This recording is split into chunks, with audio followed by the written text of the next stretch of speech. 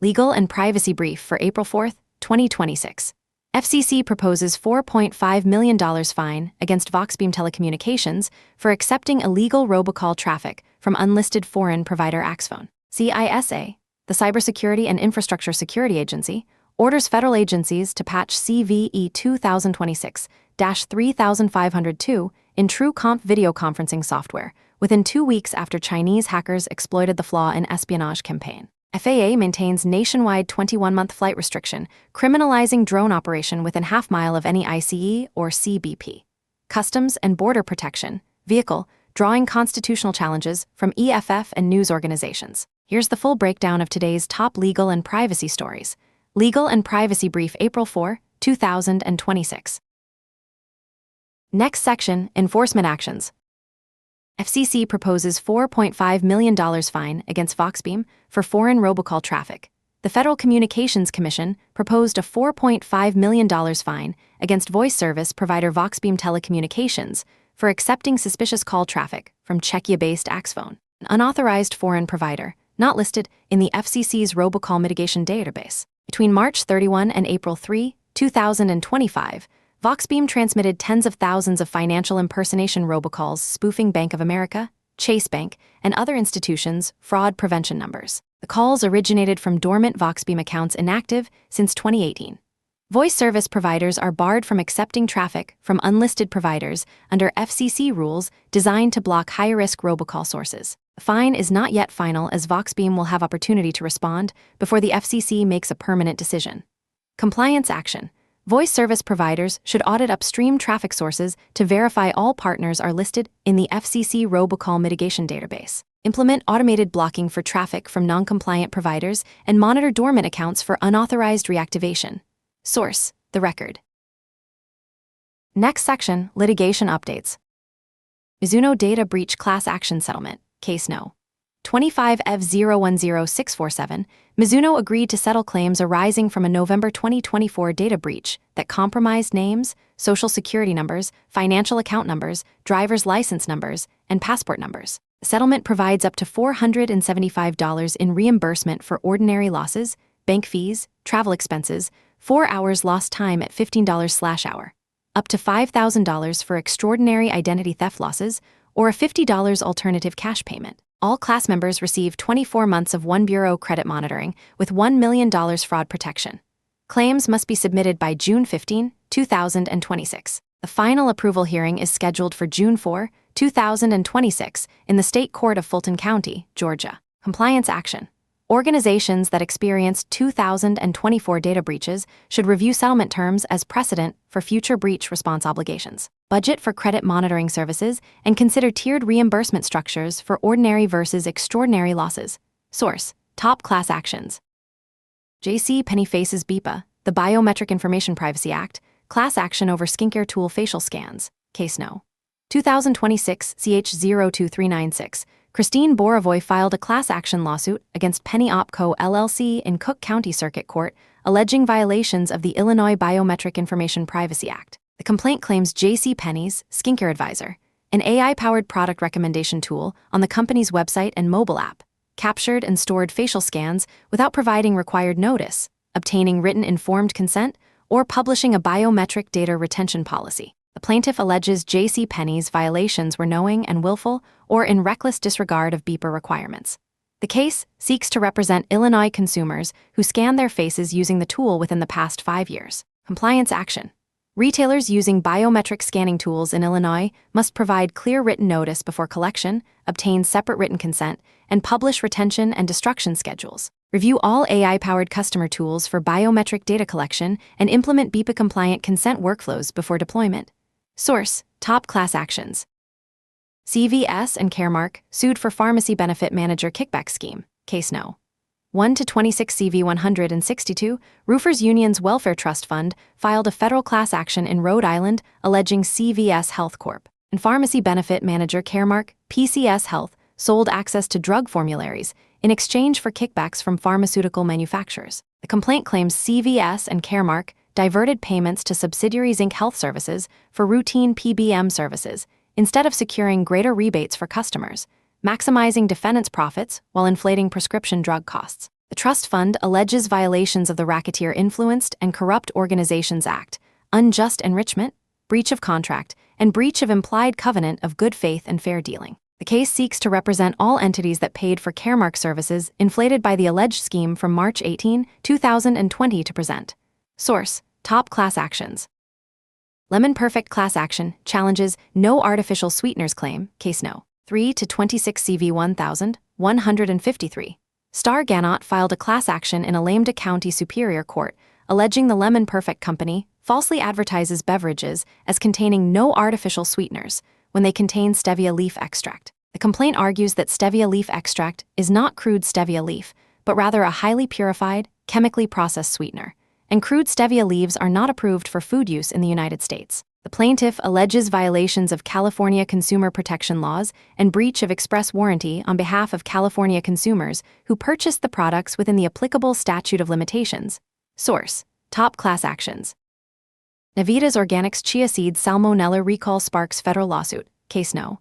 9-26 CV 794, Jennifer Saumek filed a class action in the U.S. District Court for the Eastern District of New York, alleging Navitas LLC failed to disclose salmonella contamination in its organic chia seeds. The complaint stems from a January 23, 2026 voluntary recall affecting 8-ounce bags with best by date of April 2027 and lot code W31025286, distributed through Whole Foods Market, Target, Amazon, iHerb, and Vitacost.com. The plaintiff claims she purchased contaminated chia seeds in January 2026 from Whole Foods in Manhasset, New York, for $7.59, and that Navitas Organics USDA organic, non-GMO, and gluten-free marketing misled consumers about product safety. The lawsuit alleges violations of New York general business law and breach of warranties. Source: Top Class Actions.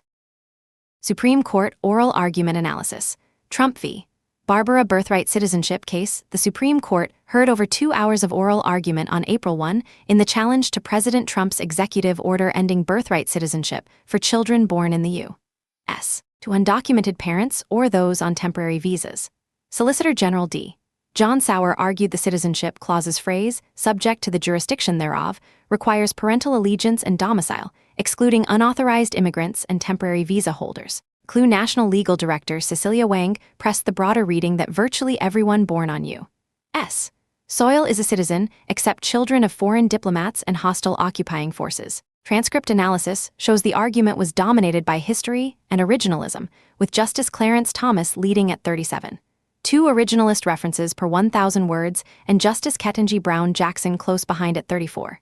2. Every lower court has blocked the executive order. Source: Scadu S. blog. Minnesota files federal lawsuit to force Trump administration cooperation in ICE shooting investigations. Hennepin County Attorney Mary Moriarty and Minnesota Attorney General Keith Ellison filed a federal lawsuit against the Departments of Homeland Security and Justice over the Trump administration's refusal to release evidence in 3 ICE shootings. Renee Good, killed. Julio Cesar Sosaceles, wounded, and Alex Preddy, killed on January 24. The lawsuit, characterized as unprecedented in American history, seeks to compel federal cooperation after the administration declined to release shooter names despite their identification by the Minnesota Star-Tribune and ProPublica. The case presents a constitutional test of Supremacy Clause immunity, which protects federal officers from state prosecution if acting lawfully within duty scope. Legal experts note the Supreme Court has not addressed Supremacy Clause immunity in over 100 years, and odds are stacked against Minnesota overcoming the defense. If charges are filed, logistical challenges include locating agents and potential extradition requirements. Source: TechDirt. Next section, Regulatory Guidance. CISA, the Cybersecurity and Infrastructure Security Agency, orders federal agencies to patch TrueConf video conferencing vulnerability by April 16. The Cybersecurity and Infrastructure Security Agency added CVE 2026-3502, a TrueConf video conferencing vulnerability with severity score 7.8, to its known exploited vulnerabilities catalog with a 2-week patching deadline. CIS a confirmed active exploitation following Checkpoint research reports of a Chinese espionage campaign dubbed True Chaos targeting government entities in Southeast Asia. The flaw affects TrueConf's updater validation mechanism, allowing attackers controlling on-premises servers to distribute and execute arbitrary files across connected endpoints. Chinese hackers exploited the Trusted Update channel to distribute malicious updates, including the Havoc penetration testing tool. TrueConf serves approximately 100,000 organizations globally across government, military, and critical infrastructure sectors, particularly in locations requiring offline or air-gapped secure communications. TrueConf released a patch in March 2026. Compliance action. Organizations using TrueConf must apply the March 2026 security update by April 16, 2026.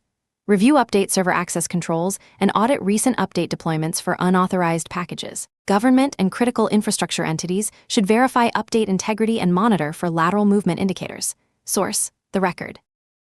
GSA proposes AI procurement rules limiting safety guardrails. The General Services Administration proposed procurement rules requiring contractors and service providers to license AI systems to the government for all lawful purposes, and prohibiting AI systems from refusing outputs based on discretionary safety policies. Comments filed by the Electronic Frontier Foundation, Center for Democracy and Technology, Protect Democracy Project, and Electronic Privacy Information Center argue the provisions would make AI tools less safe and less useful. The draft rules include requirements that contractors disable safety guardrails if they might prevent government requests, contradicting widespread public concerns about AI safety. The provisions would become standard components of every federal contract if adopted. Commenters note the rules include technologically incoherent anti-woke requirements and fail to serve the public interest in promoting privacy, safety, and responsible innovation. Compliance action. Federal contractors and AI service providers should submit comments to GSA regarding safety and liability implications of mandatory guardrail removal. Document current safety policies and assess contractual conflicts between GSA requirements and responsible AI frameworks. Consider whether federal procurement participation is viable under final rules. Source: EFF Deep Links. Next section, Privacy Developments. Senators request DNI warning that VPN use may trigger domestic surveillance under Section 702. Senators Ron Wyden, Elizabeth Warren, Edward Markey, Alex Padilla, and Representatives Pramila Jayapal and Sarah Jacobs sent a letter to Director of National Intelligence Tulsi Gabbard requesting public guidance warning Americans that VPN use may subject them to domestic surveillance. Because VPNs obscure users' true locations and intelligence agencies presume unknown origin communications are foreign, Americans using VPNs may inadvertently waive privacy protections under Section 702 of FISA. The NSA can legally intercept communications appearing foreign due to VPN routing, and the FBI can query the data.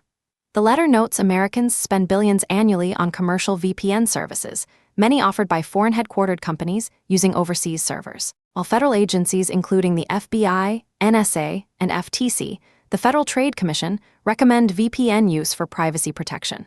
Following that advice may cost Americans the protections they seek. Lawmakers request DNI issue guidance, clarifying that VPNs advertised as privacy protection could negatively impact rights against U.S. government surveillance. Compliance action. IT departments should assess VPN usage policies against Section 702 surveillance risk. Consider hybrid approaches using VPNs for corporate access while avoiding routing purely domestic personal communications through foreign endpoints. Document VPN provider jurisdictions and inform users of potential surveillance implications. Source: TechDirt. European Commission AWS breach exposes 92 gigabytes of data via Trivi supply chain compromise CERT-EU, attributed a March 19, 2026 data breach at the European Commission to hacking group Team PCP, which exploited the Trivi supply chain compromise to steal approximately 92 gigabytes of compressed data from the Commission's Amazon Web Services account. The breach involved misuse of a secret Amazon API key and affected the Europa EU platform, impacting 42 internal clients and at least 29 EU entities. The stolen dataset included nearly 52,000 files totaling 2 gigabytes of outbound email communications, mostly automated messages, but with potential personal data exposure through bounce-back notifications. The attackers gained management rights for the compromised AWS API key, potentially enabling lateral movement to other Commission AWS accounts, though no such movement has been detected. Shiny Hunters posted the stolen data on its dark website on March 28. CERT-EU confirmed attribution based on timing, targeted resources, and the Commission's use of a compromised Trivi version received through normal software update channels. Compliance action. Organizations using Trivi should verify software integrity and review AWS API key permissions. Rotate all API keys with management rights and implement least privilege access controls. Monitor for unusual AWS network traffic patterns and audit recent Trivy update deployments. Source: The Record. Massachusetts Emergency Communications System hit by cyber attack. The Patriot Regional Emergency Communications Center, serving Pepperell, Ashby, Dunstable, Groton, and other northern Massachusetts towns, suffered a cyber attack beginning April 1, 2026, that impacted town and public safety computer systems. All 911 phone systems remain operational. Non-emergency and business phone lines are out of service. The center dispatches police, fire, and medical services for multiple municipalities and is linked to Code RED Emergency Notification Service. Federal law enforcement has been notified, and cybersecurity experts are determining what information was accessed or stolen. Code RED parent company, Crisis 24, suffered its own ransomware attack in November 2025, during which hackers stole information on local officials who controlled municipal Code RED systems and urged users who reused Code RED passwords to change them immediately. Compliance action. Municipalities using shared emergency communications systems should implement network segmentation, isolating 911 infrastructure from business systems. Review Code RED and similar service credentials for password reuse and implement unique passwords with multi-factor authentication. Establish mutual aid procedures for communications failures. Source: The Record. Next section: Policy changes. FAA nationwide drone flight restriction criminalizes recording ICE operations. The Federal Aviation Administration issued temporary flight restriction FDC 6/4375 on January 16, 2026, prohibiting any person from flying drones within 3,000 horizontal feet of any departments of defense, energy, justice, or homeland security facilities and mobile assets, including ground vehicle convoys and escorts. The restriction lasts 21 months until October 29, 2027, and covers the entire nation. Violators face criminal and civil penalties and risk drone seizure or destruction. In practical terms, the TFR criminalizes drone operation within half a mile of any ICE or CBP. Customs and Border Protection, vehicle, including unmarked rental cars and vehicles with switched or missing license plates. The EFF, New York Times, and Washington Post sent a January 2026 letter demanding the FAA lift the restriction, arguing it violates First Amendment rights to record law enforcement and Fifth Amendment due process by failing to provide fair notice before property deprivation. The FAA has not responded over 2 months later. The restriction violates FAA regulations requiring specification of hazards necessitating TFRs and provision of contact points for accredited news representatives to obtain permission. Compliance action. News organizations and commercial drone operators should document First Amendment implications and Fifth Amendment notice violations.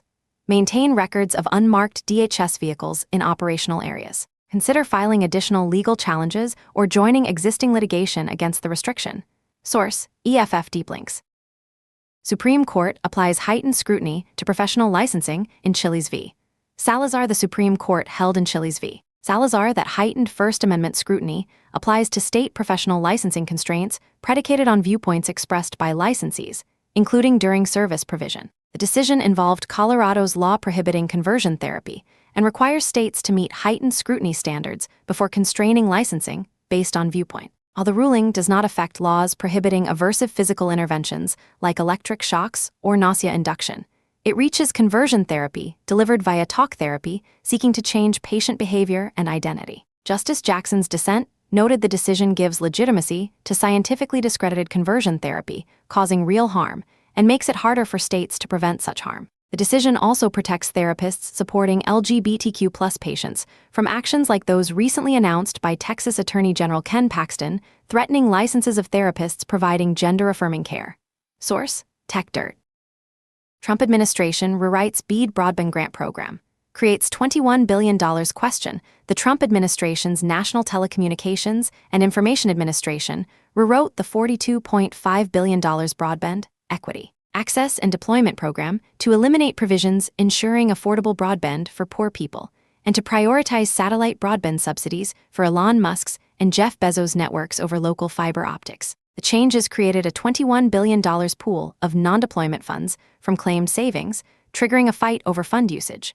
Congress and the infrastructure law specify the money must be dedicated to expanding broadband access. Commerce Secretary Howard Lutnick stated non-deployment funds would not be rescinded, but NTIA has not issued expected guidance on how states can use the funds. The administration threatened to withhold BEAD funding from states that stand up to telecom monopolies, insist on affordable pricing, or attempt to regulate AI, though such withholding would be illegal. Source: TechDirt. 300 immigration habeas cases show pattern of government noncompliance, with court orders. A dataset compiled by Catherine Pompilio and Benjamin Witz documents 300 immigration habeas corpus cases since early 2026, in which courts found the federal government failed to comply with judicial orders. Violations include missed filings, delayed releases, unauthorized transfers, and failure to return property. U.S. District Judge Patrick Schiltz in Minnesota identified 210 orders in 143 cases with which the government failed to comply, stating the court is not aware of another occasion in the history of the United States in which a federal court has had to threaten contempt again and again and again to force the United States government to comply with court orders. U.S. District Judge Michael E. Farbyers in New Jersey ordered the government to identify its own compliance failures, producing a list of more than 50 failures that U.S. District Judge Christine P. O'Hearn later described as incomplete. The data visualization allows users to search cases by jurisdiction and violation type. Source: Lawfare.